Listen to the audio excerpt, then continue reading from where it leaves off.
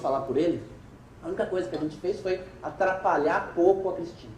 Então assim, a concepção do evento, a organização, é todo mérito da Cristina. Muito bem. Eu descobri também, falei bem, agora deixa eu falar um pouquinho mal dela. Ela me botou uma fria tremenda, que é falar para vocês sobre relevância e desafios de ideias criativas. Eu descobri que é mais fácil ter uma ideia criativa do que pensar e discutir a respeito do processo de geração de ideias criativas. Mas eu vou tentar, vamos ver o que vai dar. Eu não vou falar sobre relevância, que é óbvio que é extremamente relevante. Eu acho que os outros palestrantes da mesa já discutiram isso um pouco. Mas eu gostaria de falar um pouquinho sobre os desafios. E aqui eu acho que é importante a gente ter uma distinção. Eu acho que o Luiz Fernando ontem tocou um pouquinho nesse aspecto, né? Quando a gente está comunicando ciência, a gente está fazendo em dois níveis, né? Um nível são para os nossos pares, e o outro nível é para a população em geral, para a sociedade em geral. E eles são um pouquinho diferentes, né? Para os nossos pares, a gente tem que ter um pouquinho mais de formalismo, a gente tem que ter um pouquinho menos de simbolismo, e a gente tem que ser vertical, a gente tem que se aprofundar um pouco mais. No caso da comunicação para a sociedade em geral, na questão da divulgação científica, nós temos que ter menos formalismo, mais simbolismo, e a gente tem que tentar ser horizontal, para realmente integrar o que a gente está tentando transmitir.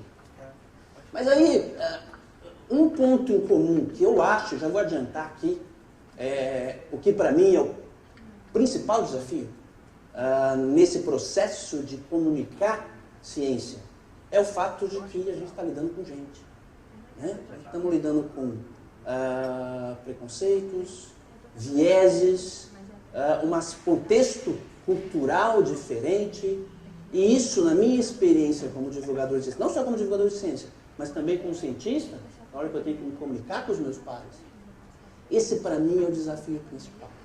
Eu vou tentar ilustrar isso com duas abordagens, vou contar duas histórias para vocês, que eu acho que colocam isso dentro de uma perspectiva que a gente pode, eventualmente, depois discutir um pouquinho. Um ponto importante, né? Quando a gente está...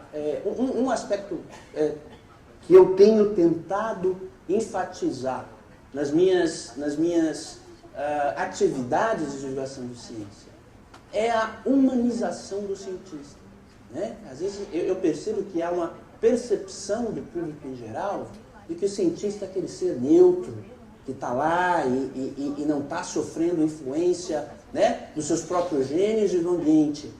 Eu tento desmistificar isso, eu tento realmente mostrar que no processo de fazer ciência, você tem que lidar com ego, vaidade, dor de barriga e assim por diante. Vamos lá, os dois exemplos que eu tenho que colocar para vocês, que eu vou colocar para vocês, está relacionado ao evolucionismo, né? Eu acho extremamente oportuno o evolucionismo aqui, porque muito provavelmente essa foi a ideia mais criativa que o ser humano já teve, que foi a ideia do Darwin de seleção natural, né? Não sou eu que estou dizendo isso, não. Quem diz isso, vários autores, o principal deles é o filósofo Daniel Dennett, que considerou a ideia do Darwin a mais brilhante da humanidade. Né? Então vamos falar um pouquinho sobre a ideia do Darwin. Primeiro, Darwin está relacionado ao evolucionismo, né? A gente associa Darwin com o termo, com a palavra evolução, mas o conceito de evolução é um conceito anterior a Darwin. Darwin não descobriu a evolução, né? O próprio avô do Darwin já trabalhava com evolução, já tinha livro publicado sobre o assunto. O que Darwin trouxe para a discussão, e aí é a principal contribuição dele, é a ideia da seleção natural, que nada mais é do que um mecanismo que permite a evolução das espécies.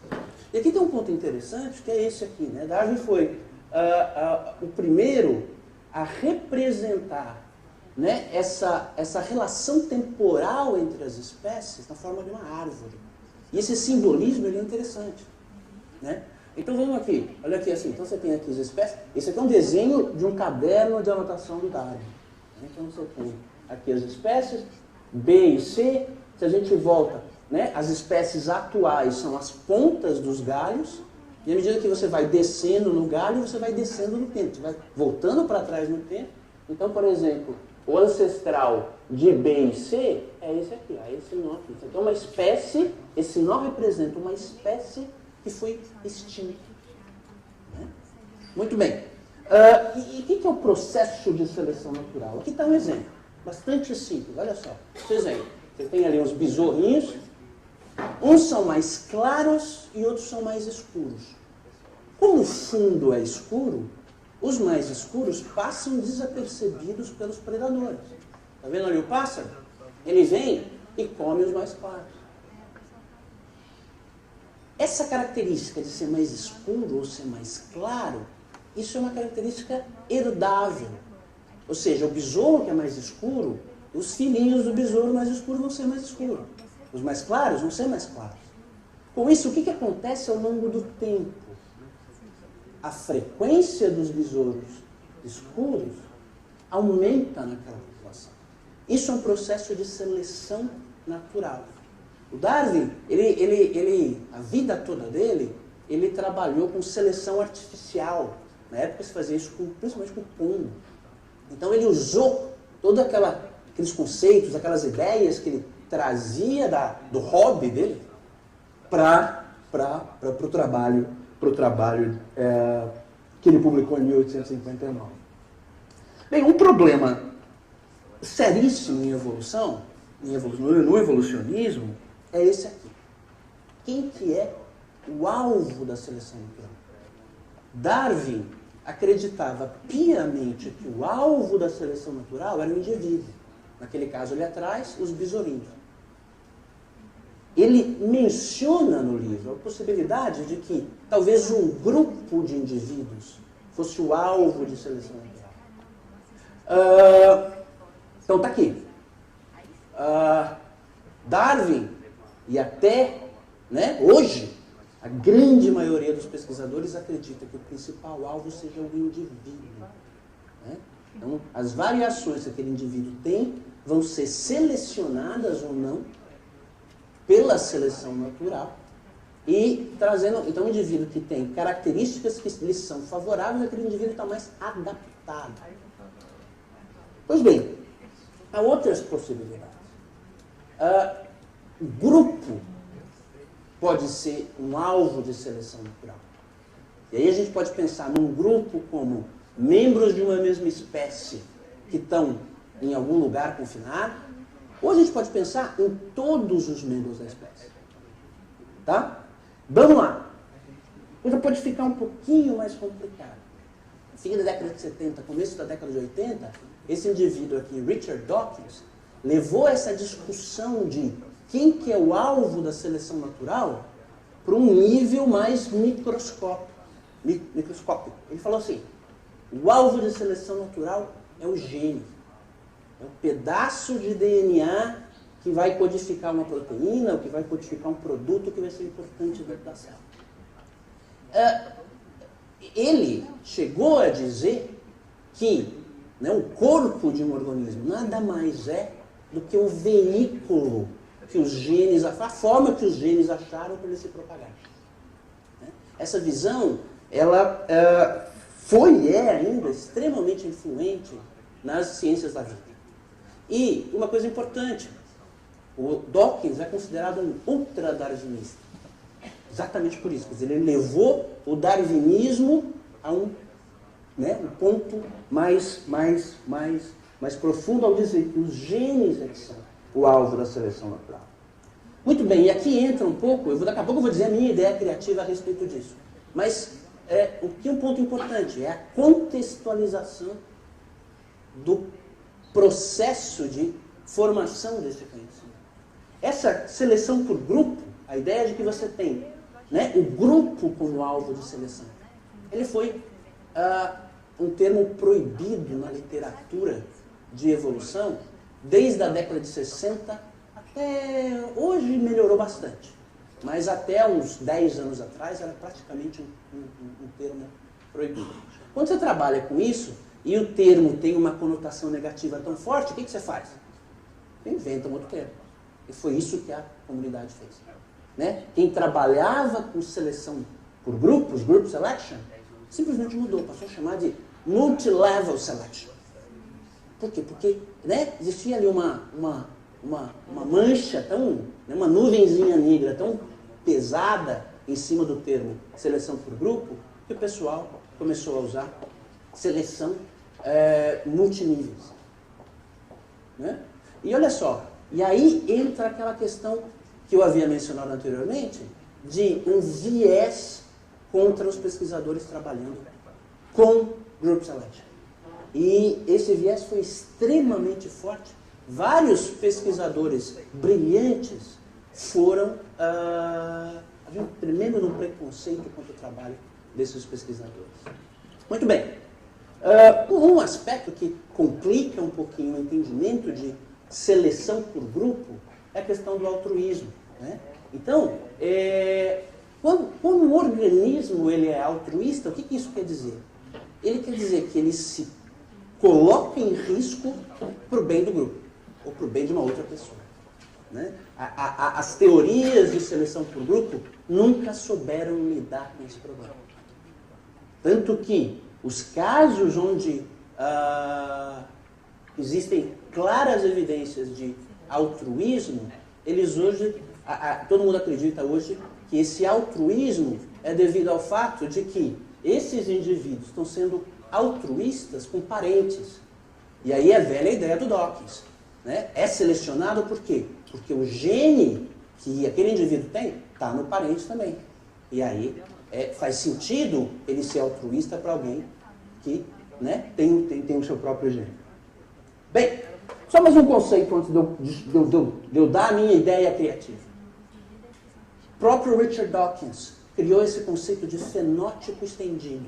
O que é fenótipo? Bem, genótipo vocês sabem o que é. É tudo que está no DNA. Né? A informação genética está no genótipo. O fenótipo, no meu caso aqui, é tudo isso. A cor da minha pele, a cor dos meus olhos, a cor do meu cabelo, a barriguinha que está diminuindo, mas ainda está aqui um pouquinho. Tudo isso é fenótipo. Inclusive, os meus comportamentos. Tudo isso é fenótipo. O Dawkins, ele mesmo considera esse conceito a principal contribuição científica que ele fez na vida. O que é? Vou dar 2 exemplos que aí vocês vão entender. Normalmente o fenótipo, esses exemplos que eu dei, né? Cor da pele, cor dos olhos, os fenótipos estão associados com o indivíduo. O fenótipo estendido não. Um exemplo, a barragem construída por um castor. O castor vai lá, construir a barragem. Né? Teve uma influência dos genes do castor. Mas ele vai lá, constrói a barragem e vai embora. Outro exemplo. Teia da aranha. O filminho do Sérgio estava mais bonitinho. Mas teia da aranha. Né? A aranha vai lá e constrói uma teia. Aquela teia é o fenótipo, é parte do fenótipo da aranha. Só que não está no corpo da aranha. Por isso que ele usou esse termo de fenótipo estendido. E aqui está o meu insight. Que eu considero, não sei se é verdade, uma das minhas principais contribuições. Uma das minhas principais, né, aquele insight, aquele clique, é exatamente isso que eu vou contar para vocês agora. Eu estava andando um dia no Instituto Pisseto, no jardim, e percebi uma teia mais ou menos como essa. Tinha uma aranha lá, linda. O que me chamou a atenção, na verdade, foi a aranha, porque uma aranha muito colorida. Estava lá a aranha, mais ou menos no meio da teia, assim. E, para minha surpresa, na borda da teia, mas fora da teia, tinha uma outra aranha da mesma espécie. Aí fiquei lá, uns 5 minutos olhando. A outra sabia que aquela lá estava lá, porque ela de vez em quando dava uma olhada. Tal. Aí eu me toquei que, se por acaso a dona da teia morresse, fosse embora, se acasalar, a outra aranha poderia usar aquela teia. Ou seja, o fenótipo estendido, ele não só contribui para a adaptabilidade do indivíduo que o construiu, mas ele também contribui com a adaptabilidade dos outros indivíduos da mesma espécie. Por que da mesma espécie? Porque os outros indivíduos da mesma espécie também sabem construir uma teia e sabem usar. Então, eu pensei nessa hipótese, que está aqui, que eu chamei de, né, adaptabilidade estendida. É óbvio, se eu tenho um fenótipo que é estendido, associado a esse fenótipo, eu tenho uma adaptabilidade estendida. E eu acho que essa adaptabilidade estendida, publiquei isso ano passado, essa adaptabilidade estendida faz uma conexão lógica entre seleção para o indivíduo e seleção para o grupo. Né? Por quê? Porque a seleção por grupo passa a ser uma consequência natural do fato de que indivíduos da mesma espécie, indivíduos do mesmo grupo, eles podem usar fenótipos estendidos dos outros membros da mesma espécie. Né? Então, olha lá, fenótipos estendidos podem servir a outros indivíduos do mesmo grupo ou espécie. Dessa forma, o fenótipo estendido não só contribui para a adaptabilidade de quem o gerou, mas também tem um impacto na adaptabilidade de indivíduos que podem usar e ter vantagem com a utilização daquilo. Esses indivíduos seriam membros do mesmo grupo, né? Simplesmente pelo fato de que eles são já adaptados para usar aquele fenótipo estendido. Por quê? Porque em outras circunstâncias, eles constroem aquele fenótipo estendido. Bem, por que eu estou contando tudo isso para vocês? Eu nunca fui tão destratado na vida como quando eu propus essa aqui. Publicar isso foi um martírio. Primeira coisa, eu não usei o termo multi-level selection, eu usei o termo group selection até como uma forma de fincar uma bandeira. Né? Eu achava que era sacanagem, eu falei, não, vou usar group selection. Porrada no céu. E olha só, foi um martírio. E foi uma experiência tremenda justamente porque mostrou realmente o grau de essa coisa que eu falei, né, de humanização do cientista. Vocês vão ver que na segunda parte da minha palestra foi um assunto extremamente controverso. Eu apanhei menos falando sobre criacionismo do que falando sobre seleção por grupo. Então, deixa eu ver se eu tenho mais algum slide disso aqui. Foi impressionante. Então, eu gostaria de passar essa mensagem para vocês, no sentido de que essa humanização dos cientistas é uma coisa importante. Vamos lá. Olha aqui, essa é a ideia mais principal, né? Olha aqui, eu tenho a bolinha, são as aranhas. O triângulozinho é a teia. Então, esse cara aqui fez a teia. A teia contribui tremendamente para a adaptabilidade daquele indivíduo. Mas ela também contribui um pouquinho para a adaptabilidade dos outros indivíduos. Dessa forma você tem seleção por grupo. Né? Então, se você tem um grupo onde você tem isso e um outro grupo onde você não tem isso, esse grupo vai ter uma adaptabilidade maior. Que é basicamente a característica dele. O que você espera se você tem seleção por grupo. Tá bom? Na segunda parte da minha palestra, então, agora vai ser um pouquinho mais leve do ponto de vista técnico, que é o meu envolvimento. Essa talvez seja a principal área onde eu atuo como divulgador de ciência. Há cerca de... bem, primeiro, criacionismo. Vocês já devem ter ouvido falar. Normalmente está associado com os Estados Unidos. Né? Nos Estados Unidos isso é um debate que já existe há 100 anos. Isso tem implicações impactantes para o ensino de ciência. Né? Nos Estados Unidos vocês devem ter acompanhado, é muito comum um comitê de educação, que lá é eleito, né? Nas cidades eles são eleitos. Um comitê de educação criacionista toma posse, é eleito, toma posse, tenta passar leis anti-evolucionistas, e aí normalmente pais entram na justiça contra o comitê, e aí daquele auê todo, existem vários casos ao longo dos últimos 100 anos de história nos Estados Unidos. E um ponto importante, sem exceção, o sistema judicial americano deu ganho de causa para os evolucionistas, por causa da primeira emenda da Constituição americana, que separa, né, o Estado de religião. Muito bem. pelo fato de eu ser um evolucionista, eu estava muito a par dessa situação toda nos Estados Unidos, principalmente quando eu morei nos Estados Unidos fazendo meu pós-doutorado.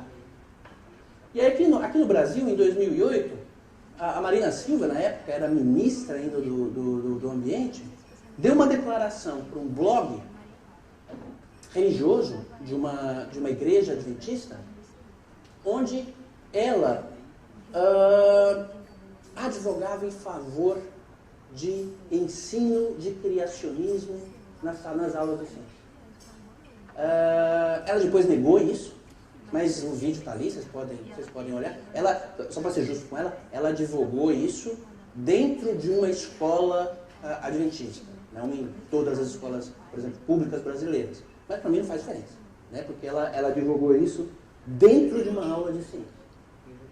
Muito bem. Eu escrevi um artigo para o saudoso Caderno Mais da Folha de São Paulo, tocando exatamente nesse ponto, né? O que é ciência e o que não é ciência? Numa aula de ciências, você tem que ter conteúdo científico, não conteúdo pseudocientífico, que é o caso do criacionismo. E aí eu acho que é um ponto importante que norteou muito a minha ação como divulgador de ciência, que é justamente tentar, para a população leiga, dar a ela condições de entender o que é ciência. Isso é absolutamente crucial. Porque a partir do momento que ela entende o que é ciência, ela fica fácil de identificar o que não é ciência. Só para vocês terem uma ideia da importância disso, o jornalista Marcelo Leite, semanas depois do depoimento da Marina e do meu artigo na Folha, mostrou que várias escolas de São Paulo, principalmente a escola Mackenzie é uma universidade em São Paulo presbiteriana, mas que também tem ensino médio, eles adotavam uma apostila importada de uma instituição criacionista americana, e alunos, em aulas de ciência, alunos da escola Mackenzie estavam tendo aulas de criacionismo, usando essas apostilas importadas dos Estados Unidos. Eu não trouxe aqui, não tenho tempo, mas quando você olha a apostila, tem vários erros de tradução, é uma coisa terrível. E logo depois, na imprensa mostrou que várias escolas no Brasil têm aula de criacionismo. Muito provavelmente vocês aqui, a maioria, tem filho, filha, neto, neta, sobrinho, sobrinha, que já teve aula de conteúdo criacionista em aula de ciência. Só para colocar um ponto importante, né? Eu não sou contra o ensino ou aula de religião na escola. Né? Não tenho nenhum problema com isso, desde que seja numa aula de religião, numa aula de filosofia, mas nunca numa aula de ciência. Esse é o meu ponto principal. Muito bem. Então está aqui, eu trouxe a apostila, né? Está aqui, ó. Então, olha essa aqui, isso aqui é uma figura dessa apostila. Né? Então, vocês veem aqui, né? E ali tem um esquema ali, ó, reino animal, seres vivos, elementos não vivos, e no topo dessa cascata ali hierárquica, desse esquema hierárquico, criação. Eu imediatamente comecei a trabalhar num livro que publiquei em 2009, chamado A Goleada de Darwin, onde eu tento fazer uma analogia entre uma partida de futebol de Darwin com Deus. Isso não está tão explícito assim no livro, porque eu também não quis ofender algumas pessoas. Eu acho que é uma coisa extremamente importante. Eu estava conversando isso ontem com o Salvador, né? Eu sou, como ele, contrário ao estilo do Richard Dawkins, por exemplo, né? Que são chamados hoje de novos ateístas, que são extremamente agressivos com aquelas pessoas que têm fé. Eu não sigo essa cartilha do Dawkins. Eu acho que a gente tem que, para conseguir atingir essas pessoas, eu acho que a gente tem que respeitar a fé. Então, no livro, eu faço essa analogia e aí digo que Darwin ganhou de goleada e apresento as evidências a favor do darwinismo. Um ponto extremamente importante que volta para o principal desafio que eu tenho quando eu estou conversando com o público leigo é justamente essa heterogeneidade que eu acho que está representada aqui nessa sala, de vieses, de preconceitos, de formações, de contextos culturais. Só para vocês terem uma ideia, Olha só, essa aqui é uma pesquisa do Gallup. O Gallup faz essa pesquisa sobre criacionismo há 30 e poucos anos. Ele faz a seguinte pergunta. Homens evoluíram com, né, a influência de Deus, ou seja, Deus é a causa primária, mas depois teve evolução. Ele começou lá, ligou a evolução, depois... Deus criou os humanos na forma atual e os humanos evoluíram sem a participação de Deus. Ou seja, uma visão evolucionista, 100% evolucionista, 100% criacionista e uma visão ali intermediária.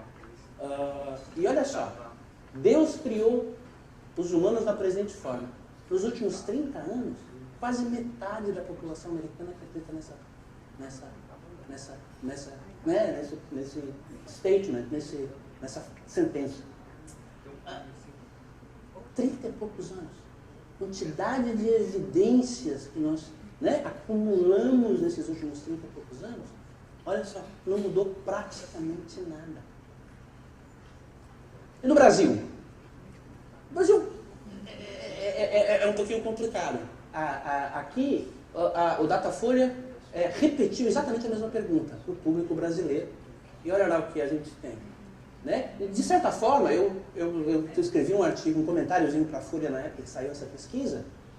Dá para você olhar com, né, otimismo e pessimismo. Otimismo por quê? Porque aquela posição intermediária, ou seja, acredita em evolução no processo guiado por Deus, é majoritário, 59%. Né? O criacionismo, 100% criacionismo, 25%. Então você pode dizer otimista, né? Por quê? Porque 59% mais 8%, né, dá 67%, acredita em evolução. Agora você pode olhar também com olhos mais pessimistas. Por quê? 59 mais 25% acredita em Deus. E isso é uma diferença interessante entre o Brasil e os Estados Unidos. Né? O Brasil, a população brasileira parece que adotou essa posição intermediária. Enquanto que nos Estados Unidos isso não acontece. Então, só para concluir, os desafios são imensos. Mas, na minha experiência, o principal deles é realmente lidar com essa heterogeneidade. Né? Você tem que adequar o teu discurso para ouvintes, leitores, que são muito diferentes. E isso é uma coisa que eu acho que eu vou continuar aprendendo para o resto da minha carreira. Só para finalizar, divulgar meu blog, que eu criei há pouco tempo, chama Biotecando, está aqui o endereço. O criacionismo é um tema recorrente, por exemplo, Francis Collins, né? O que sequenciou o genoma humano, o chefe do projeto Genoma Humano americano, ele escreveu um livro de teor religioso muito forte e nos últimos anos ele meio que, né, acabou ficando ainda mais tendencioso em termos de falar um pouquinho sobre o criacionismo. Algumas declarações dele são meio ambíguas. Então, eu tenho um post sobre isso, porque ele acho que está vindo, está por aqui agora, né? Não sei exatamente quando para uma palestra em São Paulo, na FAPESP, e uma palestra no congresso da SBBQ, da Sociedade Brasileira de Bioquímica e Biologia Molecular. E também roubei um link do post do blog do Salvador Nogueira, Mensageiro Sideral, sobre essas imagens em tempo real que a ISS está fazendo da Terra. Aí eu achei que Carl Sagan ficaria extasiado. Tá bom, muito obrigado, estou à disposição para a gente conversar um pouquinho.